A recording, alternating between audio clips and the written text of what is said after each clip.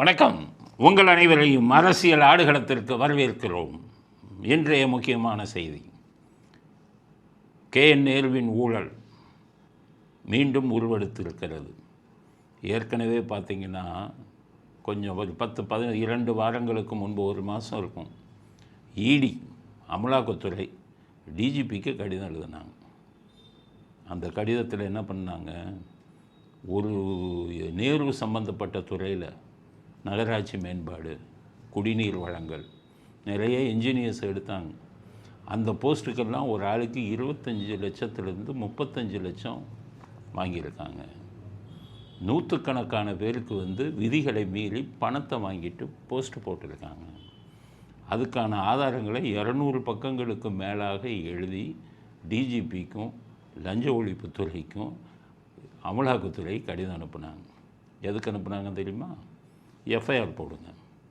நம்ம மேலே எஃப்ஐஆர் போடுவான் போலீஸு, மேலிடம் சொல்லிட்டா ஒன்றுமே தேவையில்லை. நீங்கள் நின்றால் ஒரு எஃப்ஐஆர் நடந்தால் ஒரு எஃப்ஐஆர் பெருமையாக சொல்கிறாங்க. சைஃபர் கிரைம்னு ஒன்று இருக்குது. கமிஷனர் ஆஃபீஸில் ஒரு லேடி இன்ஸ்பெக்டர் இருக்காங்க. அங்கே கையெழுத்து போடுறவங்கெல்லாம் சொல்கிறாங்க. அவங்க என்ன சொல்கிறாங்களே, அடுத்து கண்டிஷன் பெயில் கையெழுத்து போட வர்றாங்க. அடுத்து போட்டுருங்க, எனக்கு 2 வெள்ளை பேப்பர் போதும் எஃப்ஐஆருக்கு. எவ்வளோ கேவலம் பாருங்கள். ஒரு காவல்துறை அதிகாரி மனசாட்சிப்படி ஆதாரங்கள் இருந்தால் தானே வழக்கு போடணும். மேலே இருக்கிற அரசியல்வாதி சொன்னால், சார் மனசாட்சிப்படி தான் போடணும், ஆதாரம் நாளைக்கு நான் மாட்டுவேன்ல சொல்லணும். மேலிசியஸ் ப்ராசிக்யூஷன் போட்டால் உங்கள் சம்பளத்திலிருந்து தான் பிடிப்போம். நிறைய பேர் மாட்ட போகிறீங்க காவல்துறையில். பொய் எஃப்ஐஆர் போடுறவங்கெல்லாம் என்கிட்ட வழக்கு வந்ததுன்னா நீங்கள் அவ்வளோதான். என்ன அவங்க எப்படி மிரட்டுறாங்களாம், ஒரு உமன் இன்ஸ்பெக்டரு கமிஷனர் ஆஃபீஸில் சைஃபர் கிரைமில் கையெழுத்து போட வர்றவன்னு. அப்போ என்ன அர்த்தம்? வழக்கு எஃப்ஐஆர் போடுவேன்னா? அப்போ இதே மாதிரி பயமுறுத்தி தப்பு செய்யாதவன் மேலே எஃப்ஐஆர் போடுறது. ஆனால் உண்மையிலே தப்பு செய்கிறவன் மேலே போடுறதில்ல. அந்த லஞ்ச ஒழிப்புத்துறை ஒரு ஈடி அனுப்புகிறாங்க.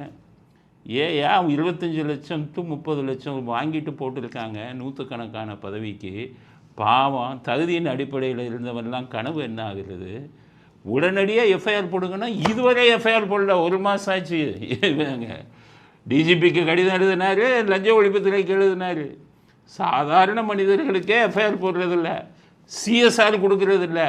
அவ்வளவு பேரும் கோர்ட்டில் போய் நிற்கிறான். அசிங்கம் இல்லையா காவல்துறைக்கு? இது ஒரு ஈடி கொடுத்தாங்க, ஒரு மாதத்துக்கு முன்னாடி தூக்கி குப்பை தொட்டியில் போட்டாங்க. இன்று புதிய ஊழல் வெளியில் வந்திருக்கிறது. ஈடி தான் எழுதியிருக்காங்க. அதாவது 1020 கோடியோ 1050 கோடி அளவுக்கு ஊழல் பண்ணியிருக்காங்க. நகராட்சி இதுலேயும், குடிநீர் இதுலேயும், கழிவு நீர் இதில் அவங்க பண்ணியிருக்காங்க. எப்படி பண்ணியிருக்காங்கன்னு கேட்டிங்கன்னா, அவங்க என்ன பண்ணிட்டா, மறுபடியும் 230 பக்கத்தில் கடிதம் எழுதியிருக்காங்க ஈடி. இந்த தடவை என்ன சொல்கிறாங்க, டெண்டர் போடுறாங்கல்ல, அதில் 7% to 10% கட்சிக்கு பணம் கொடுங்கன்னு வாங்கியிருக்காங்க KN நேரு. அடுத்தது 20% to 25% லஞ்சமாக வாங்கியிருக்காங்க அப்படின்னு போட்டிருக்காங்க. அப்போ உருப்படுமா? இவங்க தூய்மை பணியாளர்களுக்கு வீடு கட்டி கொடுத்துருக்காங்க, அதில் 25-30% வாங்கியிருக்காங்க. அப்போ என்ன ஆகும்? தூய்மை பணியாளர்கள் இருக்கிற வீடு சீக்கிரம் இடிஞ்சு விழுந்துடும். அப்புறம் இந்த ஊழல், குடிநீரில் இந்த வெள்ளம் வந்ததுன்னு இங்கே ஊழல், சென்னை இதில் 4000 கோடி, குடிநீரில் ஊழல், கழிவு நீர் இதில் ஊழல், நகராட்சி மேம்பாட்டில் அந்த எல்லாம் ஊழல், 1020 கோடிக்கு லஞ்சம் வாங்கியிருக்காங்கன்னு சொல்லி மறுபடியும் 2வது கடிதத்தை இன்றைக்கி இடி அமலாக்கத்துறை டிஜிபிக்கு எழுதியிருக்காங்க. அதில் இன்னொரு இது என்ன போட்டிருக்காங்க, இதுலேயும் நீங்கள் எஃப்ஐஆர் போடலன்னா, அவங்க எழுதுகிறாங்க டிஜிபிக்கும் லஞ்ச ஒழிப்புத்துறைக்கு, இந்த ஊழலுக்கெல்லாம் நீங்களும் துணையாக இருக்கிறீர்கள் என்ற அர்த்தம். அதை பற்றி கவலைப்பட மாட்டாங்க நம்ம போலீஸ். அவன் இங்கே இருக்கிறவங்க தான்ப்பா நமக்கு முக்கியம். மத்திய அரசில் இருக்கிறவங்கெல்லாம் நமக்கு தேவையில்லை. எதுக்காக எஃப்ஐஆர் போட சொல்கிறாங்க இடி? நீங்கள் நினைப்பீங்க இடி நிறைய நடவடிக்கை எடுக்க வேண்டியதானே இவ்வளோ கொள்ளைன்னு. அதுதான் சட்டத்தில் ஒரு சிக்கல். இவங்க மேலே ஏதாச்சும் ஒரு எஃப்ஐஆர் போட்டால் தான் இடி உள்ளே வர முடியும். அதுக்காகத்தான் அவங்க போட்டு ஆதாரங்களை கொடுக்குறாங்க. இப்போ 2வது இது போட்டாங்களே, 2வது கடிதம் எழுதியிருக்காங்களே, அதில் என்ன போட்டுருக்காங்கன்னா 200 சில பக்கத்தில் வாட்ஸ்அப்பில் இவங்க காணுவ 2 பேர்த்துக்குள்ளே லஞ்ச பண பரிமாற்றம் வாட்ஸ்அப்பில் பண்ணின மெசேஜை பூரா அப்படியே ஃபோட்டோ எடுத்து அனுப்பியிருக்காங்க.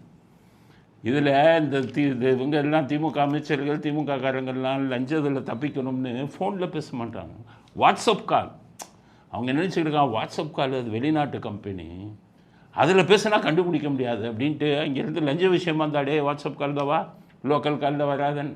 அவன் இங்கே பெகாசிஸ் சாஃப்ட்வேர் இஸ்ரேல்கிட்டேருந்து 4-5 கோடிக்கு இடி இன்கம் டேக்ஸ் எல்லாம் எப்போவோ வாங்கி வச்சுட்டாங்க. உங்கள் கதை பூரா அங்கே முடிஞ்சு போச்சு. விவிஐபி ஃபோன் கான்வர்சேஷன் அத்தனையும் இப்போது ஈடியிடம் இருக்கிறது. முதலமைச்சர் இது, துணை முதலமைச்சர் இது, அவங்க குடும்பத்தை சேர்ந்தவர், மற்றவங்க எல்லாருடைய கான்வர்சேஷனும் வாட்ஸ்அப் காலில் இருந்து அத்தனையும் ரெக்கார்ட் பண்ணி வச்சுருக்காங்க ஈடி. சந்தர்ப்பத்துக்காக காத்து கொண்டு இருக்கிறார்கள். தேர்தல் நெருங்க நெருங்க ஒவ்வொரு ஆயுதமாக வெளியில் வரும். அவங்க பேசினதை நேரு மற்றவங்ககிட்ட பேசினது, அவருடைய பிஏ இவங்க பேசினது அத்தனை ரெக்கார்ட் பண்ணி அந்த ரெக்கார்டிங் கான்வர்சேஷன் அனுப்பி வச்சுட்டாங்க. எதுக்கு? டிஜிபிக்கும் லஞ்ச ஒழிப்புத்துறைங்க. லஞ்ச ஒழிப்புத்துறைக்கும் டிஜிபி நம்ம காவல்துறைக்கும் சொல்கிறேன், ஜெயிலுக்கு போயிடுவீங்க. ஒரு நாட்டில் ஒரு மத்திய அரசாங்கத்தின் நிறுவனம் இவ்வளவு ஆதாரங்களுடன் வந்து எஃப்ஐஆர் போடுங்கன்னு நீங்கள் போடாமல் இருந்தீங்கன்னா, இவங்க இப்போ சுப்ரீம் கோர்ட்டுக்கு போக போகிறாங்க, ஹைகோர்ட்டுக்கு போய். அடுத்தது சொல்கிறேன், அடுத்து ஈடு என்ன பண்ண போகிறாங்கன்னா 482 சிஆர்பிசின்னு இருக்குது. அந்த 482 சிஆர்பிசியில் இவர் மீது வழக்கு பதிவு செய்யணும், இவ்வளவு ஆதாரங்கள் இருக்குன்னு போடுவாங்க. அப்போ ஹைகோர்ட் வந்து உடனே வழக்கு பதிவு செய்யுங்கம்பாங்க. வழக்கு பதிவு செஞ்சு நீங்கள் எஃப்ஐஆர் போட்டோன்னே ஈடி வந்து உள்ளே வந்து நேருவே அரெஸ்ட் பண்ணுவாங்க. அப்போ தானே ஈடிக்குது இருக்குது. இவ்வளோ ஆதாரம் இருக்க தப்பவே முடியாத வாங்கின லஞ்சத்துக்கு இவ்வளவு ஆதாரம் இருக்கிறது. அதனால தான் அவங்க அடுத்த ஸ்டெப்பு இப்படி தான் போவாங்க. ஆக அடுத்த ஊழல் வெளியில் வந்து விட்டது. இன்னும் வெயிட் பண்ணுங்கள், முக்கியமான ஊழல்லாம் வெளியில் வரும்.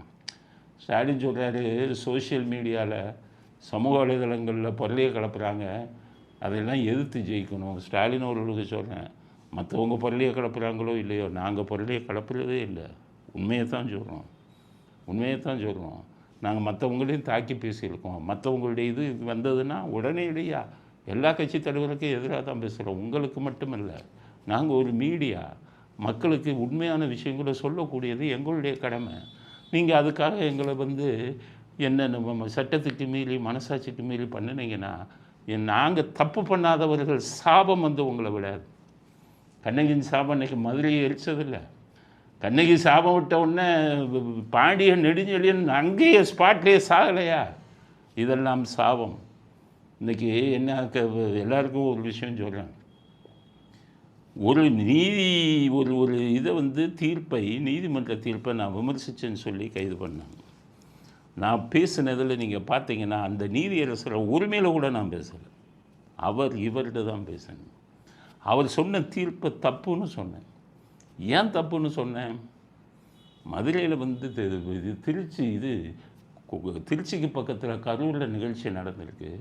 இது மதுரை ஹைகோர்ட்டில் தான் வரும், சென்னையில் வராது. அவர் எடுத்தது தப்பு, தீர்ப்புலையும் அவர் கொடுத்தது தப்பு. ஏன்னா விஜய் வந்து இதில் வந்து விஜயெல்லாம் அவர் கைது பண்ணாங்க, ஏன் கைது பண்ணலன்னு கேட்டிருக்காரு. அப்படின்னா விஜயை ஒரு பார்ட்டியாக சேர்த்து அவர்கிட்டையும் வாய்ப்பு கொடுத்து தான் நீங்கள் பண்ணணும். இது சட்டப்படி தப்பு. இதுதான் நான் சொன்னேன். நான் சொன்னதை ஒரு 3-4 நாளில் சுப்ரீம் கோர்ட்டு கரெக்டாக நான் சொன்ன அத்தனை வார்த்தையும் சுப்ரீம் கோர்ட்டு சொல்லியிருக்காங்க. நான் என்ன பண்ணீங்க? இதை மீறி என்னை வந்து அரெஸ்ட் பண்ணிங்களா இல்லையா? உண்மையை பேசுனதுக்கு அரெஸ்ட் பண்ணிங்களா இல்லையா? ஸ்டாலின் அவங்கள தான் கேட்குறேன். மனசாட்சி இல்லை உங்களுக்கு? இன்றைக்கி அதே நீதியரசர் இவர் சுவாமிநாதன், உயர்நீதிமன்ற நீதியரசர், அவர் கார்த்திகை தீபம் விஷயமாக பேசுனதுக்கு உங்கள் கட்சி வக்கீல் ஒருத்தர் பேசுகிறாரு, அவரை இந்த வீடியோவை பாருங்கள். நீதித்துறையினுடைய சுதந்திரத்தை, நீதித்துறையினுடைய கண்ணியத்தை, நீதித்துறையினுடைய மாண்பை, பெருமையை, கீர்த்தியை உள்ளிருந்தே கெடுக்கக்கூடிய வேலையை நீதிபதி ஒருவரே செய்வதுதான் மிகவும் ஒரு அதிர்ச்சியான விஷயம். தமிழ்நாட்டு மக்கள்கிட்ட கேட்குறேன், ஒரு நீதிபதியை, நல்ல நேர்மையான நீதிபதியை ஒரு திமுகவை சேர்ந்த வழக்கறிஞர் மைக்கை வச்சு பேசி அசிங்கமாக பேசுகிறாரு. இதுக்கு ஸ்டாலின் அரெஸ்ட் பண்ணார் அவரை. சமூக வலைதளங்கள் அத்தனை பேரும் போய் பாருங்கள், ட்விட்டர் இதில் அந்த நீதிபதியை வாய்க்கு வராத வார்த்தைகள் எல்லாம் விமர்சித்து கொண்டிருக்கிறார்கள் திமுகவை சேர்ந்தவர்கள். தேடி தேடி எங்களை கைது பண்ணீங்களே, அந்த மாதிரி நீதிபதியை அவச்சொல்களால் விமர்சித்தவங்களை ஒருத்தரை கைது பண்ணீங்கன்னா எல்லாம் உங்கள் கட்சியை சேர்ந்தவங்க. நீங்கள் உங்கள் ஐடி இவங்க தூண்டி விட்டு தானே பேசுகிறாங்க. அவங்கள கைது பண்ணீங்களா? அப்போ என்ன அர்த்தம்? நீதி தவறுறீங்களே, எப்படி பதவி உங்கள்கிட்ட நிற்கும்? அந்த நீதிபதியை ஜாதி பேர் சொல்லி திட்டுறான் அவ்வளோ பேரும். பாப்பான்னு ஏதாச்சும் நீங்கள் கண்டுக்கிட்டீங்களா? பாப்பான்னா அவங்க இருக்கக்கூடாதா? அவங்க நல்ல பதவியில் இருக்கக்கூடாதா? அப்போ ஜாதியை சொல்லி திட்டுவீங்களா? அப்போ இவ்வளையும் வேடிக்கை பார்த்துக்கிட்டு இருக்கார் ஒரு முதலமைச்சர். எங்களை போன்றவர்களை உண்மையை பேசுனதுக்கு இது பண்ணிட்டு இந்த மாதிரி பேசுகிறவங்கெல்லாம் இது பண்ணால் அப்போ நீதிபதிகளே பயமுறுத்தணும். நீதித்துறை நமக்கு எதிராக தீர்ப்பு கொடுக்கக்கூடாது. ஒரு அராஜகமான ஒரு சர்வாதிகாரமான அரசாங்கத்தை நடத்தணும்னு நீங்கள் நினைக்கிறீங்கன்னு தானே மக்கள் நினைப்பாங்க. என்னை கைது பண்ணீங்க. என்னை கைது பண்ணதுக்கு உங்களுக்கு குறைந்தது 20 லட்சம் to 25 லட்சம் ஓட்டு உங்களுக்கு எதிராக விடும். மனசாட்சி உள்ளவர்கள் யாரும் உங்களுக்கு ஓட்டு போட மாட்டாங்க. அவங்களெல்லாம் மனசாட்சியில் இது பண்ணி மனசில் தெரிஞ்சுக்கிறாங்க. 20 to 25 லட்சம் ஓட்டு என்னை கைது செய்ததற்காக நீங்கள் இழக்கப் போகிறீர்கள். இன்னும் இருக்குது ஓட்டு. நேதாஜியுடைய இவங்க ஆதரவாளர்கள்லாம் நிறைய இந்த தமிழ்நாடு பூரா குவிஞ்சிருக்காங்க. எல்லோருக்கும் நியூஸ் போயிடுச்சு. அதனால் இந்த இதை விட்டுருங்க. ஊழல் செஞ்சவங்களை போய் பிடிங்க. உங்கள் மந்திரி 1020 கோடி அடிச்சிட்டாங்கங்கிறாங்க. அவங்க மேலே எஃப்ஐஆர் போடுறதுக்கு உங்களுக்கு தைரியம் இல்லை. எங்களை மாதிரி வார்த்தையில் யூடியூப்பில் பேசுனவங்கள வழக்கு மேலே வழக்கு போடுவீங்களா? அதே நீதிபதி விமர்சித்த மற்றவங்க மேலே வழக்கு இல்லையா? ஸ்டாலின் அவர்களோட இந்த கேள்வியை கேட்குறேன். எல்லா முடிவும் நீங்கள் எடுங்க. உங்கள் சார்பில் சில பேர் உள்ளே காவல்துறையில் தலையிட்டு சில விஷயங்களை பண்ணுறாங்க. அதுக்கெல்லாம் அனுபவித்து தான் ஆகணும். நாங்கள் விட்டுருவோமா? நாங்கள் சட்டப்படி எங்களுக்கு தெரியும் இல்லை? எங்களை யார் யார் தொந்தரவு பண்ணாங்களோ அவங்கள என்ன பண்ணணும் சட்டப்படின்னு எங்களுக்கு தெரியாதா? அதனால் ஸ்டாலின் அவர்களுக்கு நாங்கள் விடுக்கும் வேண்டுகோள், KN நேரு விஷயத்தில் உடனடியாக அவர் மேலே எஃப்ஐஆர் போட்டு கைது செய்யுங்க, மனசாட்சி உள்ளவராக இருந்தால் அப்படிங்கிறத முதல் கருத்தாக பதிவு செய்ய விரும்புகிறேன். அடுத்தது ஸ்டாலின் இன்னொன்று சொல்லியிருக்கார். மதுரைக்காரன்னா இலக்காரமாக போச்சாங்கன்னு கேட்குறாரு. சப்பையான காரணங்களை எல்லாம் சொல்லி நிராகரிக்கிறாங்க. ஏன் எங்க மதுரையில மெட்ரோ ரயில் ஓடக்கூடாதா? மதுரைக்காரங்கன்னா உங்களுக்கு இலக்காரமா போச்சா? மதுரைக்காரன்னா இலக்காரமாக போச்சா? ஆமாம், உங்கள் ஆட்சி நீங்கள் ஆட்சிக்கு வந்த உடனே தான் மதுரைக்காரன் இலக்காரமாக போச்சு. மதுரை எவ்வளவு சங்கத்தமிழ் வளர்த்த இது மதுரை. சரித்திர புகழ் வாய்ந்தது மதுரை. நீதிக்கு பெயர் போனது மதுரை. கண்ணகி நீதி கேட்ட இடம் மதுரை. கண்ணகிக்கு நீதி கிடைக்கவில்லை என்று தெரிந்ததும் உயிரை விட்ட பாண்டிய நெடுஞ்செழியன் வாழ்ந்த இடம் மதுரை. இவ்வளவு சிறப்பு இருக்குது மதுரை. அந்த மதுரையோட மாண்பு எப்படி கெட்டது இன்றைக்கி இருக்கிற எல்லோரும் தெரிஞ்சுக்கோங்க. உங்கள் அண்ணன் மூக்க அழகில் இருக்கும்போது மதுரை என்னாச்சு? கொலை நகரமாச்சா இல்லையா? எத்தனை பேரை கொலை பண்ணாங்க? பல விஷயங்கள் நடந்ததா இல்லையா? ஒரு நகைக்கடை அவங்க லஞ்சம் கொடுக்கலன்னு சொல்லி வாசலில் குழி தோண்டி வச்சுக்கிட்டு அந்த நகைக்கடைக்காரங்க அதுக்கப்புறம் பாம்பேயிலிருந்து ஆட்களை வச்சு பயமுறுத்தின தானே அந்த குழியை மூடினீங்க. ஒரு நகைக்கடை திறந்தாலே லஞ்சம் கேட்ட இதாக இருந்தது மதுரை. அப்போ மதுரை உங்கள் ஆட்சியில் எவ்வளவு சீரழிஞ்சது. மதுரைக்காரங்கன்னா இலக்காரமான மதுரையவே இலக்காரமாக நினச்சி தானே நீங்கள் இவ்வளவு பண்ணீங்க. இப்போ மதுரையோட நிலைமை என்ன பார்த்துக்கோங்க. இப்போ ஒரு இது வந்திருக்கு, அறிக்கை இந்தியாவிலேயே அழுக்கான அசுத்தமான நகரம் 10 நகரம்னு போட்டிருக்காங்க. அந்த 10 நகரத்தில் முதலிடத்தில் இருப்பது மதுரைன்னு சொல்லியிருக்காங்க. எவ்வளவு கேவலம். மதுரைனா உங்களுக்கு அவ்வளோ இலக்காரமா? நீங்கள் தானே ஆட்சியில் இருக்கீங்க. அதுக்கு நிதி அதிகம் உதைக்கும். மதுரையை சுத்தமாக வச்சுக்கிற முடியுது அவங்களால? அது மட்டுமா? மதுரை நீங்கள் மேயர் யார்?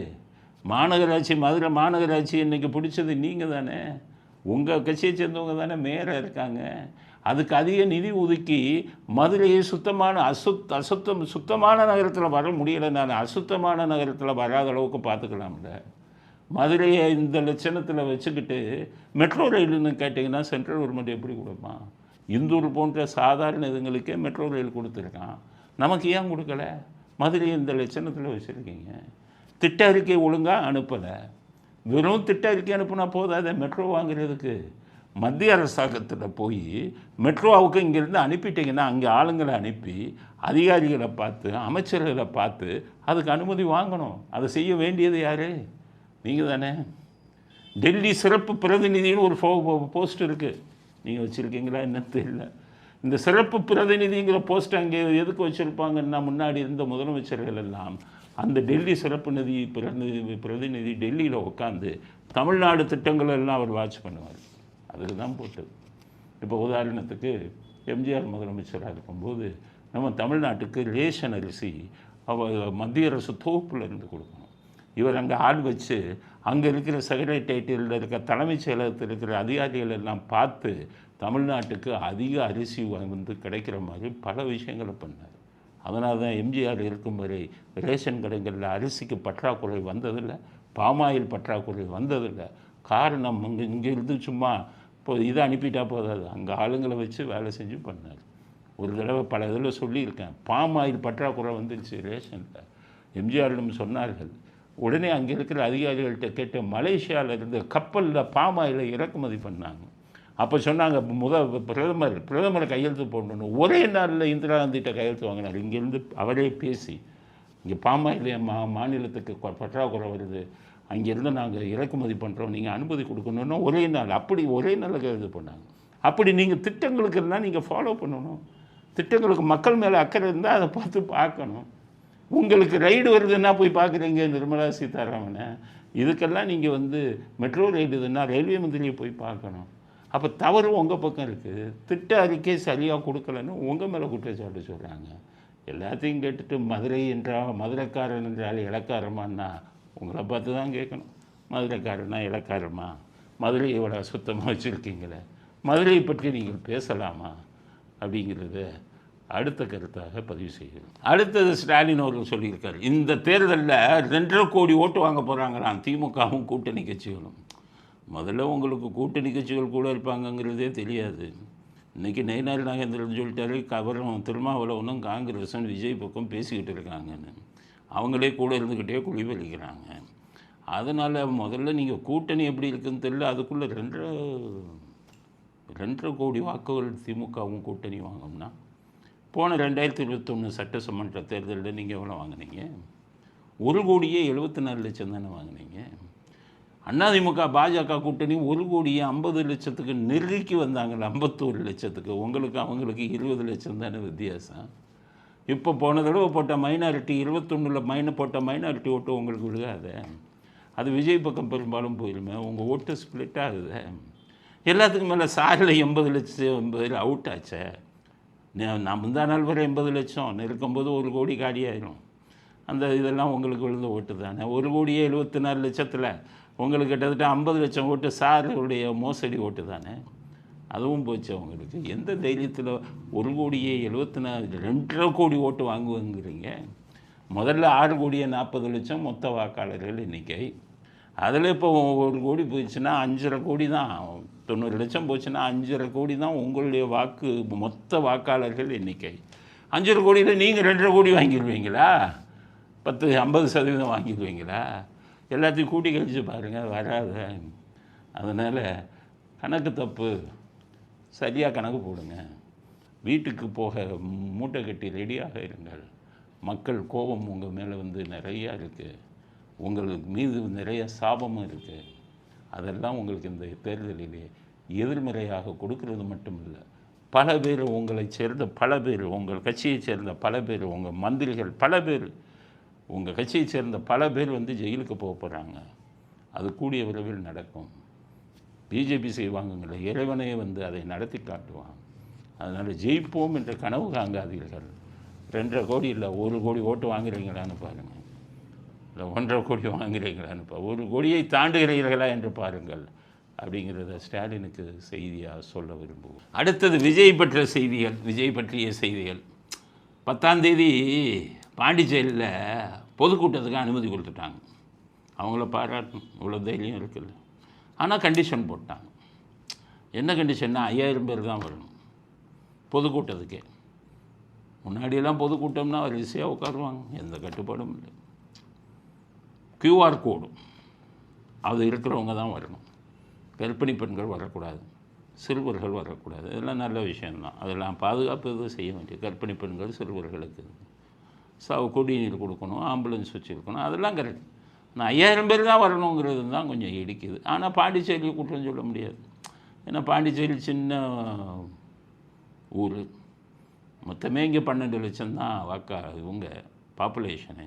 அதனால் 4000 போலீஸ் வச்சுட்டு அவங்களால சமாளிக்க முடியாது. அதனால் பயந்துக்கிட்டு இங்கே ஏதாச்சும் அசம்பாவிதம் ஆகிடக்கூடாது, சிபிஐ என்கொயரி வந்துடக்கூடாது, நாளைக்கு நம்மளே யாரையும் கேள்வி கேட்டுறக்கூடாதுன்னு பயப்படுறாங்க. ரைட்டு. ஆனால் அதில் இன்னும் ஒன்றும் இருக்குது. என் ரங்கசாமி என்ன பண்ணுறாரு, விஜய்கிட்ட பேசியிருக்காரு. நாங்கள் பாஜகவோட கூட்டணி சேர்ந்துருக்கோம், அவங்க என்னை வந்து பொம்மை மாதிரி வச்சுருக்காங்க, எதையும் செய்ய விட மாட்டேங்கிறாங்க, அதனால் விஜயோட கூட்டணி சேர்ந்து ஆட்சியை பிடிச்சி முதலமைச்சர் ஆகிடலாம் அப்படின்னு சொல்லி தூது அனுப்பியிருக்காரு. ஆனால் தூது அனுப்புனது என்ன ஆயிடுச்சு, விஜய்க்கு ஒன்றும் பிரச்சனை இல்லை, ஏதோ ஜெயிச்சா சரி, நம்ம ஆட்சிக்கு வந்துட்டா சரி அப்படின்னு பார்த்தா புஷி ஆனந்த் விட மாட்டேங்கிறார். ஏன்னா புஷி ஆனந்துக்கு ஒரு ஆசை, அவர் பாண்டிச்சேரியை சேர்ந்தவர். அவருக்கு புஷின்னு பேர் வந்ததே பாண்டிச்சேரியில் புஷின்னு ஒரு தொகுதி இருக்குது, அந்த தொகுதியில் எலெக்ஷனில் நின்றவர் புஷி ஆனந்த். அதனால் புஷி ஆனந்துக்கு ஒரு பெரிய ஆசை, பாண்டிச்சேரிக்கு நம்ம முதலமைச்சராக வந்துடணும். அதனால் ஸ்டேஜ் இவர்கிட்ட சொல்லி வேணாம், அது என் ரங்கசாமிகிட்ட சேர வேணாம், நம்ம தனியாக நின்று ஜெயிப்போம்னு சொல்லிட்டார். அதில் என் ரங்கசாமி ஒரு இதாகிட்டார். சரி, மறுபடியும் பாஜக கார்டில் தான் விழுகணும். இப்போ விஜய் அலை வந்து அங்கேயும் அடிக்குது பாண்டிச்சேரியிலையும். இந்த தடவை நம்ம ஜெயிக்க முடியுமாங்கிறது சந்தேகம், போன தடவை மெஜாரிட்டியில் அப்படின்னு வேண்டா வெறுப்பாக இருக்கிறார். அதனால் வந்து அனுமதி கொடுக்கறதுல எதுக்கு இவர்களுக்காக நம்ம பிரச்சனையை மாட்டணும்னு சொல்லி நிறையா கண்டிஷனை போட்டார். இப்போ 16ஆம் தேதி இவர் என்ன பண்ணிட்டார், செங்கோட்டையன் 16ஆம் தேதி ஈரோடில் பொதுக்கூட்டம்னு அறிவித்து அங்கே போய் அனுமதி கேட்க போகிறார். இங்கே என்ன அனுமதி கொடுக்க போகிறாங்கன்னு தெரியல. இங்கே 5000 பேர் தானா, எம்ஜிஆர்லாம் 5 லட்சம் பேரை கூட்டினாரப்பா, 10 லட்சம் பேரை கூட்டினார தமுக்கம் மைதானத்தில். எம்ஜிஆர் அவர்கள் 1984 சிகிச்சை முடிஞ்சு அங்கே வந்து இறங்கினா சென்னை ஏர்போர்ட்லேயே 10 லட்சம் பேர் கூட்டினா. அன்னைக்கு இருக்கிற போலீஸு 10 லட்சம் பேரையும் பாதுகாத்து கொடுத்தாங்களே, ஒருத்தன் செத்தானா 10 லட்சம் பேர். இதில் அந்த விமானம் வரும்போது 10 லட்சம் பேருடைய இதுக்கு கோஷம் விண்ணை பிளந்ததை, அது பெரிய, அதெல்லாம் வீடியோவாக இல்லை. அப்போ நீங்கள் அதெல்லாம் பார்த்துருந்தீங்கன்னா, அப்போ இருந்த போலீஸ், எம்ஜிஆர் ஆட்சியில் இருந்த போலீஸு எந்த அளவுக்கு திறமை. அப்போ 1 லட்சம் போலீஸ் தான் 10 லட்சம் பேரை காப்பாற்றினானே. 10 லட்சம் பேர் இருக்கும்போது ஒரு இது இல்லையே. அவ்வளவு இதுக்கும் குடிநீர்லாம் இவங்க தான் கொடுத்தாங்க, காவல்துறை, சாப்பாடு எல்லாம் கொடுத்தாங்க. முதல் நாள் 2 மணிக்கு வந்து உட்காந்தாங்க, மறுநாள் காலையில் 10, 11, 12 மணிக்கு ஃப்ளைட் வந்தது. 24 மணி நேரம் ஒரே இடத்தில் 10 லட்சம் பேர் இருந்தாங்க. ஏதாச்சும் அசம்பாவிதம் நடந்ததா? அதே காவல்துறை, அப்போ இருந்த காவல்துறை பார்க்கலையா? அப்போ எந்த அளவுக்கு திறமையாக இருந்தாங்க. ஸ்ரீபால் தான் கமிஷனராக இருந்தார், 10 லட்சம் பேர் ஹேண்டில் பண்ணாரா இல்லையா? ரவீந்திரன் தான் டிஜிபியாக இருந்தார், 10 லட்சம் பேர் இவங்க 2 பேரும் சேர்ந்து அப்போ இது பண்ணாங்களே. அப்போ இன்றைக்கி நீங்கள் ஈரோட்டில் போனீங்கன்னா நீங்கள் 5000 பேர் 10,000 பேர் போகணும்னு சொல்ல போகிறீங்களா? இல்லை எத்தனை லட்சம் வந்தாலும் உங்களால் இது பண்ண முடியாதா? பாதுகாப்பு கொடுக்க முடியாதா? அதனால் பாதுகாப்பு கொடுக்க முடியாதுன்னு சொன்னால் நீங்கள் காவல்துறைக்கு லாயக்கில்ல. எத்தனையோ திறமையான அதிகாரிகளை கொண்டு வாங்க, அவங்க பாதுகாப்பு கொடுப்பாங்க, இதை க்ளீனாக ஹேண்டில் பண்ணுவாங்க. அதனால் விஜயில் 16ஆம் தேதி அனுமதி கொடுக்கணும். 5000 பேர் 10,000 பேர்னு வைக்கக்கூடாது. அவங்க ஆதரவாளர்கள் எவ்வளோ பேர் வராங்களோ அதை நீங்கள் நிர்வகிக்கணும். இல்லாவிட்டால் அதில் அரசியல் உள்நோக்கம் இருக்கிறது அப்படிங்கிறது தான் எங்களுடைய கருத்து அப்படிங்கிறத அடுத்த கருத்தாக பதிவு செய்ய விரும்பும். அடுத்தது, உதயநிதி போன கூட்டத்தில் பிக் பாக்கெட் அடிச்சிட்டாங்க திமுககாரங்களை. திமுககாரனை பிக் பாக்கெட் இல்லை, ஆயிரக்கணக்கான ரூபா. அதாவது உதயநிதி வர்றாரு அந்த ஊருக்கு, அப்போ திருடர்களுக்கு நியூஸ் போயிருக்கு உதயநிதி வர்றாரு. அவன் என்ன பண்ணுறான், திமுககாரன் தான் வருவான், திமுககாரன் தான் இப்போ கொள்ளையடிச்சு வச்சுருக்கான், அவங்ககிட்ட பணம் நிறையா இருக்கும், அதனால் ஒன்று பண்ணிடுவோம், என்ன உள்ளே பூந்துடுவோம், திமுககாரனை பிக் பாக்கெட் அடிச்சிடும் அப்படின்னு முடிவு பண்ணியிருக்காங்க. இது எப்படின்னா 2016 ஒரு இங்கிலீஷ் படம் வந்தது. படத்துக்கு பேர் என்ன தெரியுமா? ஸ்டீல் எ தீஃப், ஒரு திருடனை திருடு, அதுதான் படத்துக்கு பேர். இது நடந்தது 2016. நீங்களே பாருங்கள், அந்த டைரக்டர் பேரெல்லாம் சொல்கிறேன், ஸ்டீல் எ தீஃப், 2016 இங்கிலீஷ் படம் வந்து பிரம்மாண்டமாக ஓடிச்சு. ஏன்னா எல்லோரும் போய் பார்த்தாங்க, அதான்டா திருடனையே திருடானே அப்படின்னு நிறைய போனாங்க. ஆனால் இதுக்கு 1964 1000 ஒருவன் எம்ஜிஆர் நடித்த படம் ஒன்று வந்தது. அப்போ அதில் வந்து கொள்ளையடிக்க போவாங்க அந்த கொள்ளைக்காரர்கள். அப்போ எம்ஜிஆர் சொல்லுவார், பொதுமக்கள் இதெல்லாம் கொள்ளையடிக்கக்கூடாது, கடல் கொள்ளையர்கள் கப்பலாக பார்த்து கொள்ளையடிப்போம் அப்படின்னு அங்கே ஒரு சூழ்நிலையில் அவர் நடிப்பார். இல்லைன்னா உயிருக்கு ஆபத்துன்னு உடனே அவங்க இவங்களுக்கெல்லாம் கூட இருக்கிறவங்களுக்கு தொண்டர்களுக்கு உயிருக்கு ஆபத்துன்னு சரி நடிப்போம். எதுக்கு பொதுமக்களை கொள்ளையடிக்கணும்? இது கடல் கொள்ளையர்களை கொள்ளையடிப்போம். இவர் போய் சேர்ந்தது அவங்க வந்து கடல் கொள்ளையர்கள். அந்த படத்தில் தான் கடல் கொள்ளையர்களை போய் கொள்ளையடிப்பாங்க. அதுதான் ஸ்டீல் தீஃப், திருடன திருடு. அது 1964 அந்த படம் வந்தது. 2016 இப்போ இங்கிலீஷில் எடுத்துட்டான், ஸ்டீல் தீஃப், திருடனை திருடுன்னு. அதனால் பிக் பாக்கெட்டுக்காரன் உள்ளே பூந்துட்டான். அதில் நம்ம திமுககாரர் புலம்புறாருலேருந்து வீடியோ பாருங்கள். இன்றைக்கி வந்து நம்ம விழுப்புரத்துக்கு துணை முதல்வர் அவர்கள் இன்றைக்கி வரி தந்தாங்க. அப்போ நாங்கள் கும்பலாக அவர் வந்து நம்ம கலெக்டரேட் ஆட்சி பக்கத்தில் நாங்கள் மீனவரி சார்பாக அவருக்கு துணை முதல்வருக்கு வரவேற்பு கொடுத்தோம். அந்த சூழ்நிலை பார்த்தீங்கன்னா கிட்ட வர கும்பல் அதிகமாகிடுச்சு. அந்த சூழ்நிலையில் என் பாக்கெட்டில் 500 தாள் வச்சுருந்தேன். என்கிட்ட இந்த 10,000 வந்து ஒரு செகண்டில் வந்து எடுத்துட்டாங்க. அதுக்கு பிறகு வந்து நாங்கள் வந்து இன்னொருத்தர் என் கூட இந்த நண்பர்கிட்ட கேட்குறோம். அவர்கிட்ட கேட்டால் அவருடைய வந்து பணமும் 10,000 ரூபா அவருதும் போயிருக்கு. ஸோ அந்த வீடியோவில் என்ன சொல்கிறாரு, 40,000 வச்சுருக்கேன், 50,000 எல்லாத்தையும் அடிச்சுட்டு போயிட்டான் அப்படின்னு. அதனால் இந்த குற்றம் தப்பு தானே அப்படின்னா, நான் ஒரு இது எழுதினேன் புஸ்தகம். அதில் குட் கிரைம்ஸ், நல்ல குற்றங்கள் அப்படின்னு ஒரு இது போட்டேன். அப்போ எல்லோரும் கேட்டாங்க, இதே சார் குற்றம்னாலே கெடுதல், அது நல்ல குற்றம்னா என்ன அர்த்தம் அப்படின்னு கேட்டால், ஒரு குற்றத்தை செஞ்சவனுக்கு தண்டனை கொடுக்கறதுக்கு இன்னொரு குற்றம் வரும். அதையெல்லாம் நல்ல குற்றங்களாக நாம் எடுத்துக்கணும். பூரா நாட்டை கொள்ளையடிச்சு வச்சுருக்கான், கவுன்சிலர் பூரா 6 லட்சம் கேட்குறான், ஃப்ளாட்டை கட்டினா, ஒரு கிச்சன்னா 2 கிச்சனா 3 கிச்சனா ரேட்டு வைக்கிறான், பொதுமக்கள்கிட்ட இருந்து கொள்ளையடிக்கிறான், கொள்ளையிடமிருந்து கொள்ளையடிக்கிறான் இன்னொரு திருடன். அதனால் இதெல்லாம் நம்ம கண்டுக்கக்கூடாது. These are all good crimes, நல்ல குற்றங்கள். இதை வந்து நான் கிரிமினாலஜி ஆங்கிளில் பார்த்து சொல்கிறேன். மனசாட்சி இப்படி பார்த்தா திருடுறது தப்பு தான், யாராக இருந்தாலும் தண்டிக்கணும். ஆனால் கிரிமினாலஜி பாயிண்டில் பார்த்தீங்கன்னா, திருடனிடம் திருடுகிறான், ஸ்டீல் தீஃப் அப்படிங்கும்போது ஒரு குற்றத்தை செய்தவனுக்கு இன்னொருத்த வந்து தண்டனை கொடுப்பதாக நினைத்தோமானால் அது கிரிமினாலஜி இதுபடி பார்த்தீங்கன்னா அது வந்து குட் கிரைம் அப்படிங்கிறது தான் அடுத்த கட்ட கருத்து. அடுத்தது பாமகவில் மீண்டும் ராமதாஸின் கை ஓங்கியது. ஏற்கனவே எலெக்ஷன் கமிஷன் போட்டாங்க, அன்புமணி தான் தலைவர்னு போட்டாங்க. அவருக்கு டாக்டர் ராமதாஸுக்கு ஒரே ஷாக். கட்சியை ஆரம்பித்தவன் நான் தான் செயல் தலைவர்னு பையனை போட்டால் அவர் தான் தலைவர்னு என்ன ஒன்றும் இல்லாமல் பண்ணிட்டாங்களேன்னு ரொம்ப இதாகினார். அப்போ சில பேர் சொன்னாங்க, டெல்லி ஹைகோர்ட்டுக்கு போங்க, எலெக்ஷன் கமிஷன் அப்பப்போ இப்படி தான் ஏதாச்சும் பண்ணுவாங்க. ஏன்னா அவருக்கு உதயநிதிக்கு இவருக்கு வந்து அன்புமணிக்கு பாஜக பக்கம் கொஞ்சம் செல்வாக்கு, அங்கே கூட்டணி சேரலன்னாரு. எதையோ ஒன்று பிடிச்சாரு எலெக்ஷன் கமிஷனில், அவருக்கு ஆதரவாக வாங்கினார். இப்போ ஹைகோர்ட்டுக்கு போனாங்க, டெல்லி ஹைகோர்ட்டுக்கு ராமதாஸ். ஹைகோர்ட்டு சொல்லியிருக்கு அதெல்லாம் தப்பு, நீ எலெக்ஷன் கமிஷன் இதிலெல்லாம் ஏன் தலையிடுற, அவங்களுக்குள்ளே கட்சியில் பிரச்சனை வந்தால் யார் கட்சிக்கு சொந்தம், யார் கட்சிக்கு தலைவர்னு வந்தால் சிவில் நீதிமன்றத்தில் தான் போய் இப்போ இது வழக்கு தொடரணும். எலெக்ஷன் கமிஷனுக்கு அந்த வேலையே கிடையாது. அதனால் நீ போட்ட ஆர்டர் சொல்ல, அவர் வந்து சிவில் நீதிமன்றத்தில் போய் முடிவு பண்ணட்டும் அப்படின்னு சொல்லிட்டார்.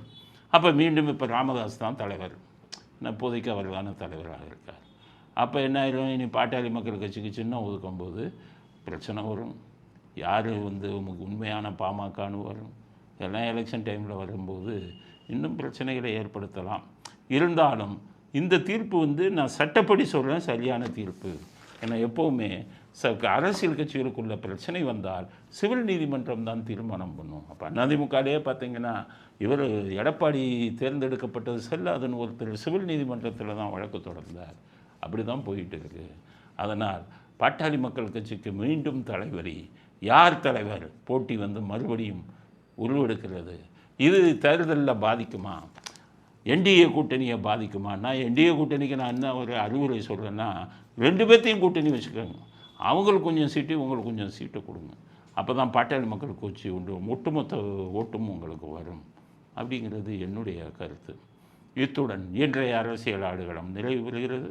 மீண்டும் நாளை புதிய செய்திகளுடன் உங்களை சந்திக்கிறோம். நன்றி, வணக்கம், ஜெயன்.